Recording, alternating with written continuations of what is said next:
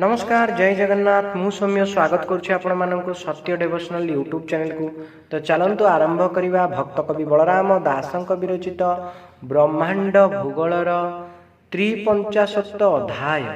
अर्जुन उवाच अर्जुन बोलई गोसाई कथाए मने पड़िलई पूर्वे से अवंती नगरे कन्याए थिला विप्र घरे से कन्या काहीं जात हेला एक कथा संदेह लागिला।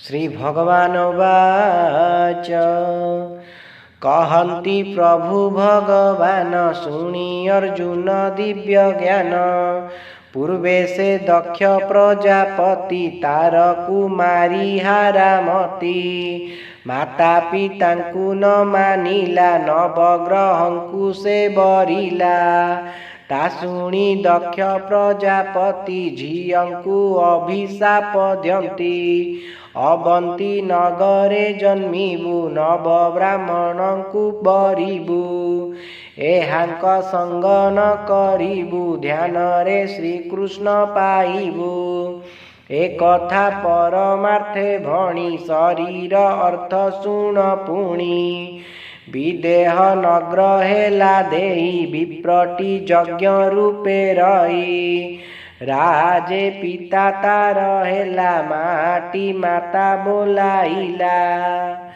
सबद कन्या जे अटई प्रकृति ध्यान बोली कही अरूपानंदंकु चिन्हिला से कन्या वायुरु तरिला शुणी अर्जुन कर जोड़ी कहे गोविंद पादे पड़ी रोल मुसल के अटई एक कथा कह भावग्राही अर्जुन वचने मुरारी कहन्ति भूगोल विस्तारी रोल जे मन बोलाइला पवन मुसल होइला कंकण अष्टपाटी जान मुख नासिका चक्षु कर्ण एमंत अष्ट जे कंकण तू ताहा गंठी करी घेन जहु जे ध्यान रे बसिला सड़ कंकण फिटाइला नासिका रंध्रे जे कंकण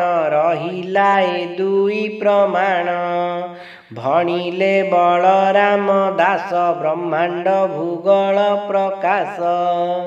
इति श्री ब्रह्मांड भूगोल वर्णने हरि अर्जुन संवादे 53 अध्याय समाप्त।